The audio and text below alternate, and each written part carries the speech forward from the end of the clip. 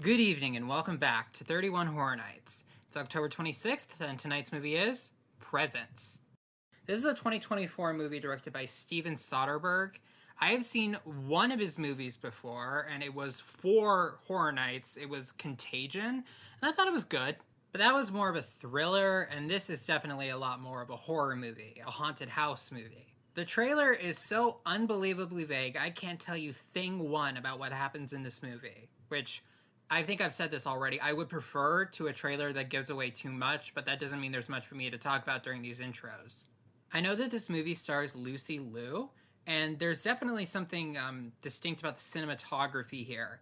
All the shots seem to be like floating, roaming, handheld. I believe that the gimmick of this movie is that the camera POV is the point of view of this presence, this entity in the house. From the trailer, a lot of the shots felt very voyeuristic, like it was watching in on somebody. There was like looking at people from behind or looking at them from a distance or like in the corner watching a bunch of people talk. This movie probably kept popping up when I was looking up like movies from 2024 that would be good for horror nights, but I don't really know what to expect. Let me go watch it. That movie was pretty good. It reminded me a lot of Soft and Quiet in a few ways. I'm going to give it the same score I gave that movie, 8 out of 10. My impression from the trailer was correct. The entire movie is from the point of view of this supernatural entity in the house. And another thing to note is that every single scene is one continuous shot. So it's not real time the way that Soft and Quiet was, but it does have that same sort of voyeuristic following the characters around feel that movie did. I looked it up, and the person who played the presence, technically, the cameraman, was the director, Steven Soderbergh. That was probably a very difficult job, one of the hardest on set for creating this movie, because he had to move completely smoothly and completely silently. And I just realized he is also the director. If anybody's going to be calling cut, it would be him. So I'm just imagining him, like, halfway through recording, like, a 5-minute long take, and then he makes a mistake, and he's like, damn it! Alright, everybody start over. We got a 4-person family moving into this house, the mom, the dad, and 2 teenage kids. I spent a majority of this movie assuming that the dad was a stepdad, like an early in the kid's life stepdad. And I personally think that's good. I think we should see more mixed families portrayed positively in the media, but apparently he's not a stepdad. He's a dad because he described his mother as one of the kids' grandmothers. The main reason why I assumed he was a stepdad is because the mom, Lucy Liu, is Asian and the kids are Asian and he's white. You know that meme of like, did your genes even try? It was like that. Anyway, the family dynamic here is not great. The mom very clearly has a favorite kid. It was the son who's like a star swimmer. Like there was a point very early in the movie where she said to her son, I don't care about anybody else in the world more than I care about you. And my first thought was, not even your husband, but then the son said, you have a daughter too. And then she was like, oh yeah, but like that's different. The dad might also play favorites, but he definitely seemed to be a lot more interested in standing up and caring for the daughter that the mom clearly doesn't care about very much. And this definitely flares up due to the events in this movie because out of everyone in the family, the daughter, Chloe, is the only one who seems to notice or feel the presence. And from the beginning, the presence seems to take some sort of interest in her particularly.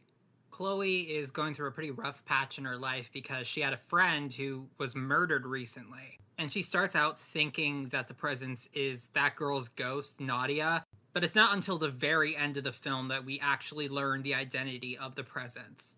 This movie gets a lot of mileage out of its main gimmick, the fact that the camera's point of view is the point of view of this, like, spectral entity.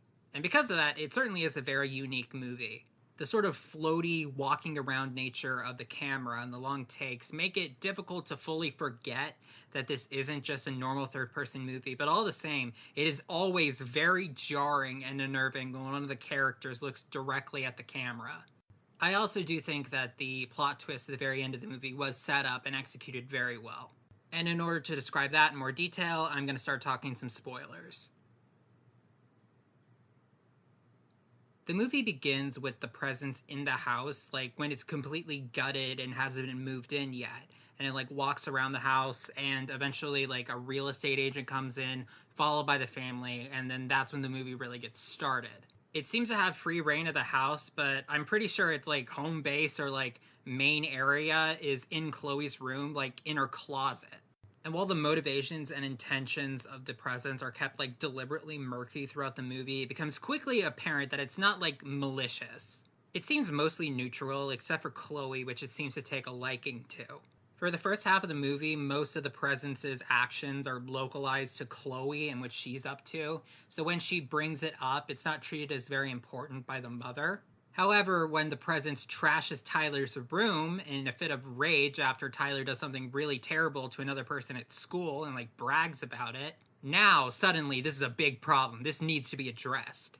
They talk to the realtor, and the realtor says that there wasn't any like notable incidents in this house concerning death, but she does talk about a friend of a friend who has like sensitivities to these types of things, and she goes to the house to like scope it out, and that lady picks up on the presence immediately. She says that the presence is after something, but it doesn't necessarily know what, and time is very like nebulous and unusual for spirits. It could be the past, it could be the present, it could be the future. They don't really know.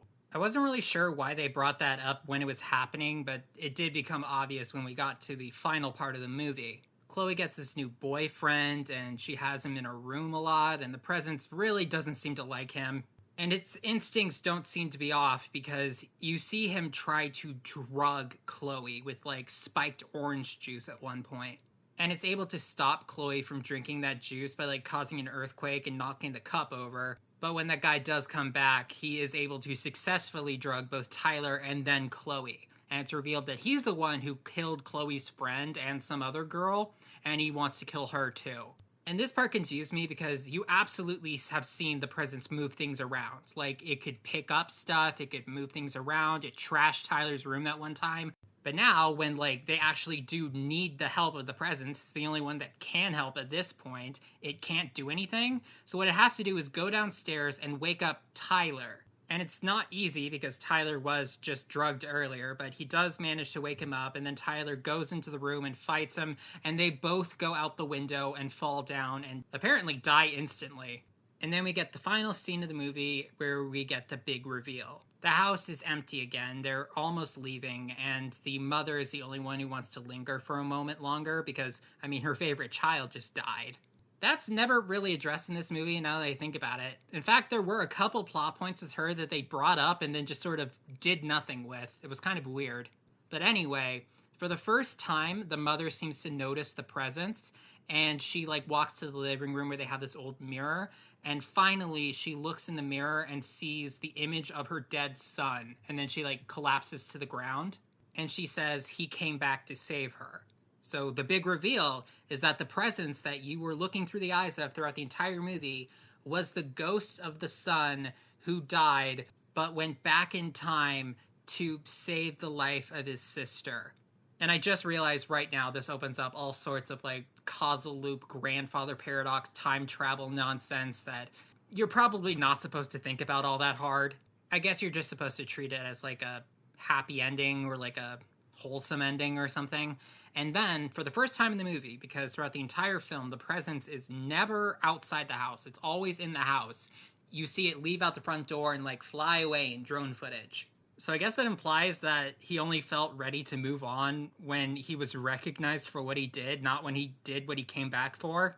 And you know what? Knowing Tyler's character, that tracks.